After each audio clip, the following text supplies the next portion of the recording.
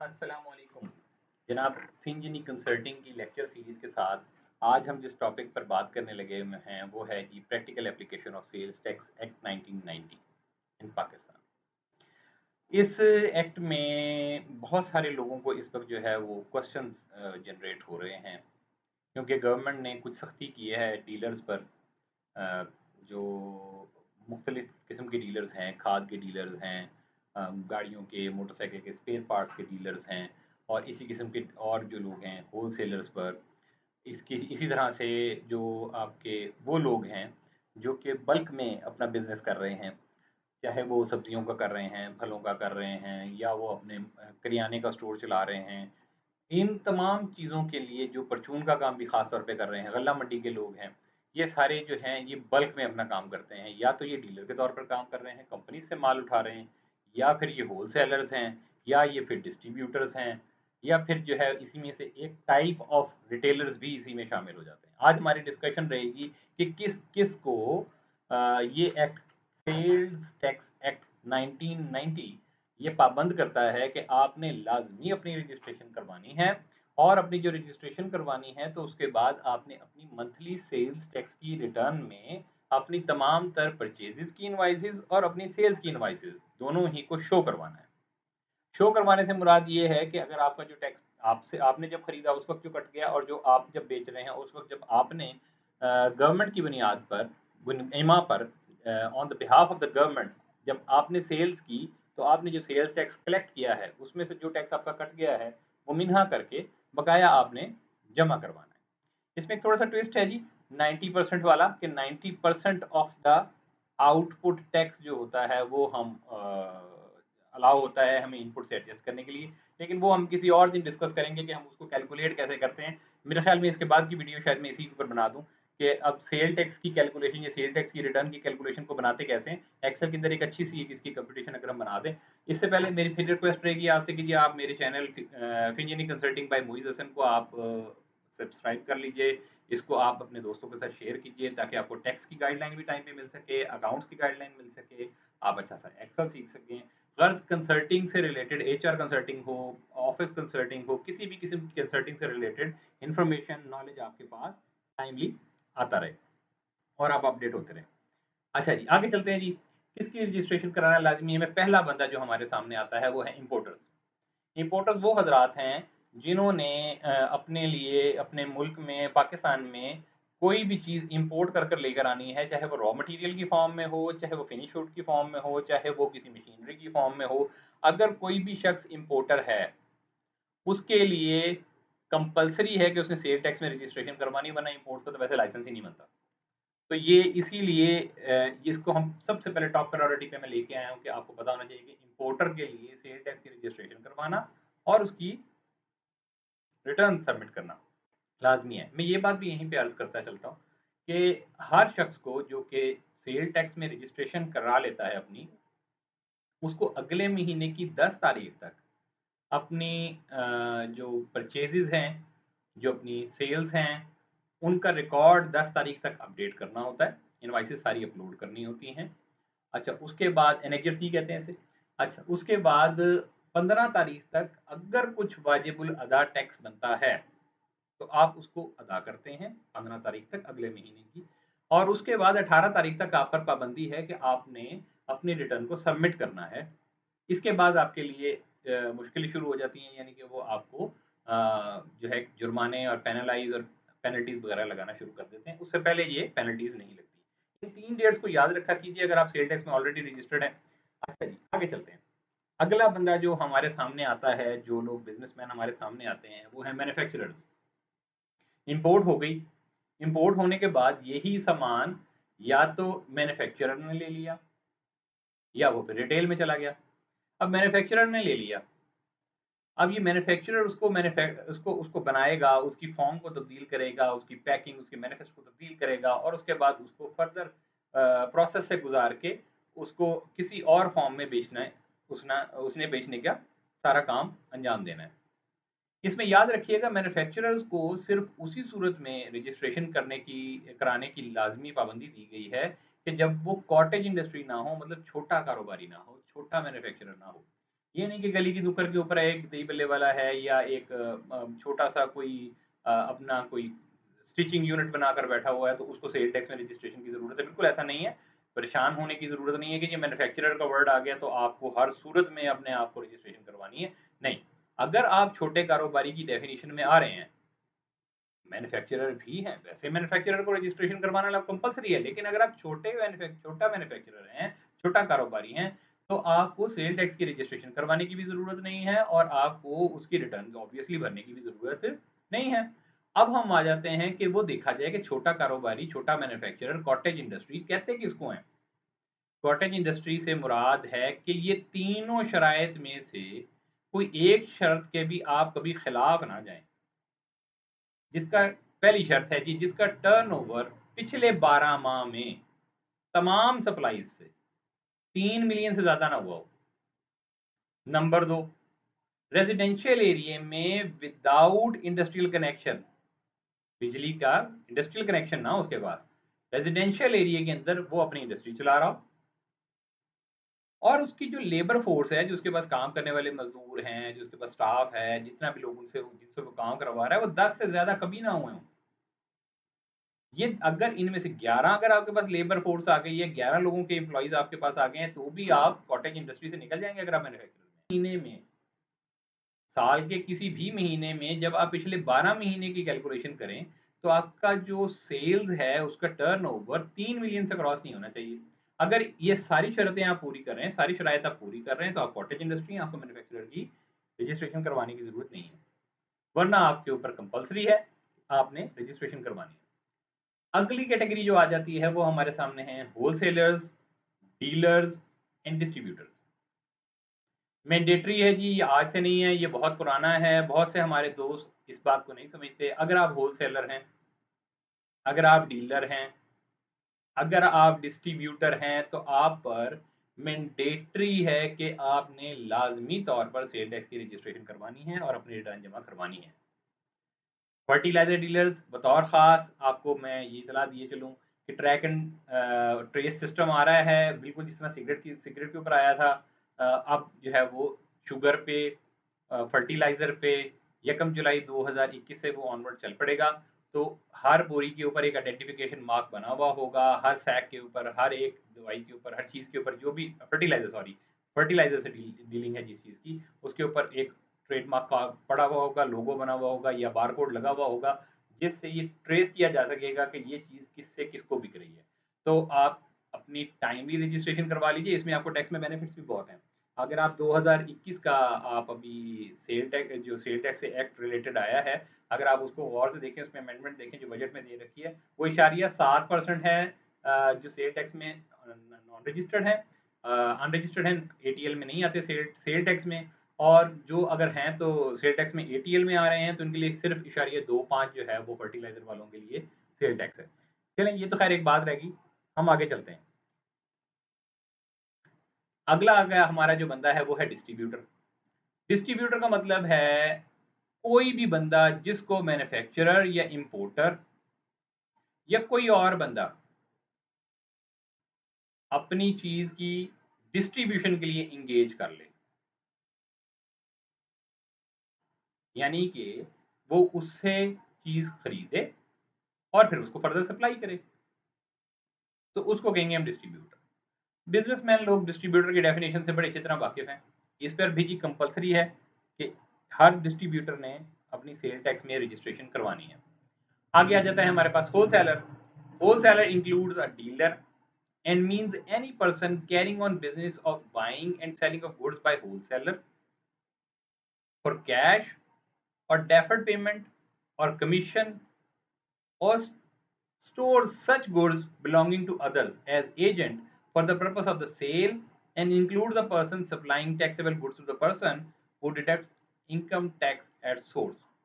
जब भी आपने कोई भी चीजें खरीद लेनी है, एक शर्त आखिर वाली आप याद रखिएगा कि अगर आपका विथहोल्डिंग टैक्स कट रहा है और आप वो चीज़ें ले लेते हैं, चाहे एजेंट के तौर पे ले लेते हैं, चाहे आप वो कमीशन कमाने के लिए ले लेते हैं, चाहे आप जो है वो बाद में पेमेंट दे देंगे, इसलिए आप उधार माल उठा लेते हैं, चाहे आप कैश में परचेजिंग कर लेते हैं और आप फिर उनको सप्लाई करते हैं या अपने पास स्टोर में होल्ड करके रखते हैं और बाद में देते हैं।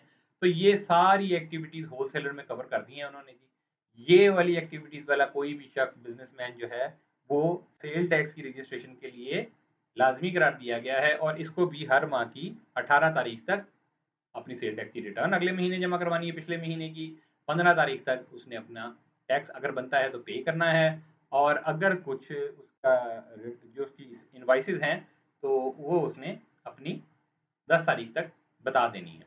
मैं इसमें एक चीज़ का और इजाफा करता चलता हूँ कि सबको आपको ये बात समझ में आ जानी चाहिए कि अगर आपकी किसी महीने कोई सेल, कोई परचेज़, किसी किस्म की कोई बिज़नेस एक्टिविटी नहीं है तो आपने नील की रिटर्न फिर भी दाखिल करनी होती है। यही उसूल इनकम टैक्स में भी आता है कि अगर आपका बिल्कुल सिर्फ आपने घर वालों से पैसे लेके खर्च किए हैं, तो भी आपने अगर आप हैं पिछले साल आपने रिटर्न जमा करवाई है, तो आपने इस साल भी रिटर्न जमा करवानी होती है। अच्छा जी, आगे चलते हैं।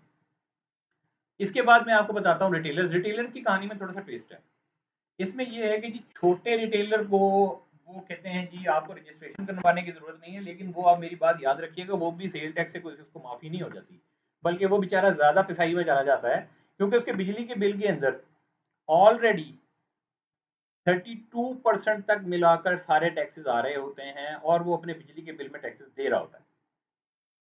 यानी कि गवर्नमेंट आपसे सेल टैक्स विदाउट इनपुट की अलाउंस के, यानी कि जो आपने खरीदते वक्त सेल टैक्स दिया था उसको माइनस किए बगैर वो आपकी कॉस्ट का पार्ट बनाकर आपकी इनकम से निकाल लेती है बिजली के बिल की सूरत में। तो मेरा मशवरा यही होता है कि अगर आप रिटेलर हैं और आपकी सेल्स अच्छी हैं तो आप कोशिश यही करें कि आप अपने आप को सेल टैक्स में रजिस्टर करवा लें। लेकिन अगर आप नहीं करवाना चाहते तो भी वो उन्होंने एक कैटेगरी बना दी है सेल टैक्स रिटेलर्स में कि जिसको टियर 1 या TIER टियर 1 रिटेलर्स कहा जाता है, जिनके लिए तो कंपलसरी है कि उन्होंने तो करवाना ही करवाना है। उनकी शरायत ये है नीचे जो दी हुई है। International chain of store opening in air conditioning mall और plaza excluding kiosk.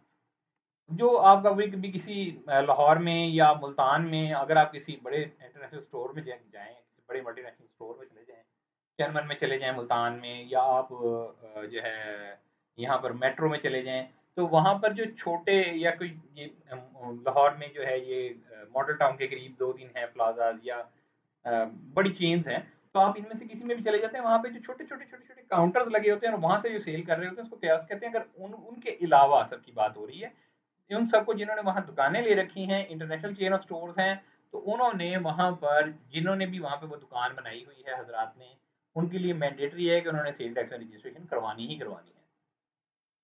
Whose cumulative electricity bill during last 12 months is greater than 1.2 million, यानी कि 12 लाख रुपए, तकरीबन 1 लाख रुपए मंथली। लेकिन उन्होंने पूरी पूरी अमाउंट 12 लाख की दे दी है। किसी महीने अगर आपका 80,000 आया और किसी महीने ज्यादा हो गया तो भी अगर आपके 12 महीने के अंदर 12 लाख रुपए बन गया बिल, तो आपने सेल टैक्स में रजिस्ट्रेशन लाजमी करवानी है। Wholesaler come retailer engage in the bulk import and supply of the, मैं पहले डिस्कस कर चुका हूँ जी, इंपोर्ट अगर आपने की है तो आपको तो होना ही होना है। अच्छा जी, चाहे आप अपने आप को कहें जी होलसेल कम रिटेलर हूँ मैं। अच्छा जी, हुज शॉप मैयर 1000 स्क्वायर फीट इन एरिया और मोर। ये याद रखिएगा कि अगर आपकी 2 दुकानें हैं और आप सेम बिज़नेस कर रहे हैं और आप अलग-अलग दुकानें बना के बैठे हुए हैं, तो भी 1000 स्क्वायर फीट जो है वो दोनों को मिला के वो काउंट कर लेंगे। और बिल के मामले में भी ऐसा ही है कि आपके CNIC पे है ये, तो वो आपको कंपल्सरी रजिस्ट्रेशन के लिए कर लिया जाएगा। Any person prescribed by the board, board ने और भी लोग हैं जिनको ये कह रखा है कि जनाब इनका होना ज़रूरी है। अच्छा जी, रिटेलर्स अदर देन टियर 1, इनको रजिस्ट्रेशन की ज़रूरत नहीं है, लेकिन इनसे वही मैंने आपसे पहले डिस्कस कर लिया कि इनसे मैकेनिज्म बनाया हुआ है इन्होंने कि इनकी बिजली के बिल में से वही निकाल लेते। अब आ जाते हैं एक्सपोर्टर्स। एक्सपोर्ट करने के लिए भी वही रिक्वायरमेंट है। अच्छा जी, हम यहाँ से अब इसको थोड़ा सा जरा पढ़ लेते हैं कि एक्सपोर्टर कौन कौन सा है। Exporter who intends to obtain refund on zero rated supplies. अगर आपने एक्सपोर्ट करना है और आप रिफंड भी लेना चाहते हैं, रिफंड आप तभी लेंगे ना जब आप रिटर्न जमा करवाएंगे। तो रिटर्न आप जब जमा करवाएंगे तो ही आप डिक्लेयर कर सकेंगे कि हाँ जी मेरा तो वापसी बनता है और मैंने जीरो रेटेड सप्लाईज की हुई है, तो आपका रजिस्ट्रेशन कंपलसरी है। एक्सपोर्टर का केस हो गया। मैन्युफैक्चरर कम एक्सपोर्टर, जो मैन्युफैक्चरर है और फिर बाद में एक्सपोर्ट कर देता है, ये वो बंदा होता है जो कि who owns or has his own manufacturing facility to manufacture or produce the goods exported or to be exported. ठीक है जी। उसके बाद है कमर्शियल एक्सपोर्टर। ये दो डेफिनेशंस हैं, इनको समझ लेना चाहिए, इससे थोड़ी सी जरा अंडरस्टैंडिंग आ जाती है। कमर्शियल एक्सपोर्टर उसको कहते हैं ना, person registered in as an exporter who does not have his own manufacturing facility and is exporting the goods whether in the same state or after getting them processed or manufactured from one or more registered persons, and holds a valid sale tax invoice for such purchasing, processing, manufacturing or conversion। वो जो इसको सारे को convert करवा कर और खुद ना करता, उसके पास खुद बनाने की फैसिलिटी ना हो, उसके पास कोई अपनी फैक्ट्री ना लगी हुई हो, उसको कहेंगे कमर्शियल एक्सपोर्टर। वरना जो है वो मैन्युफैक्चरर कम एक्सपोर्टर कहलाएगा। अच्छा जी। डीलिंग इन एग्जेम्प्ट गुड्स में हम आ जाते हैं कि अगर सेल टैक्स के अंदर आप सिर्फ उन गुड्स में डील कर रहे हैं जो कि एग्जेम्प्ट हैं, और उसको सेल टैक्स एक्ट ने क्या रखा है कि जनाब ये एग्जेम्प्ट गुड हैं, no registration is required if importer, manufacturer, dealer, distributor, wholesaler, retailer are dealing in exempt goods. अगर आप ये सारी की सारी गुड्स जिनमें आप डील करते हैं वो सिर्फ और सिर्फ एग्जेम्प्ट हैं, तो आपको रजिस्ट्रेशन करवाने की जरूरत ही नहीं है। मैं फिर अर्ज करता चलूँ कि इससे ये फ़र्क नहीं पड़ता कि आपको सेल टैक्स नहीं होगा, जो उसकी कॉस्ट में आ गया, जो पहले से बन चुका है, जो उसका पार्ट बन गया, वो तो आपका डिडक्ट हो ही जाएगा।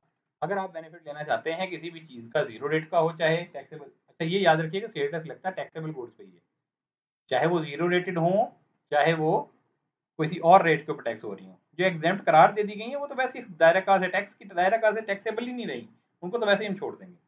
अच्छा, अगर हम नहीं करवाते जी, मुझसे कुछ दो सवाल पूछते हैं कि हम सेल टैक्स की रजिस्ट्रेशन नहीं करवाते तो फिर क्या होगा।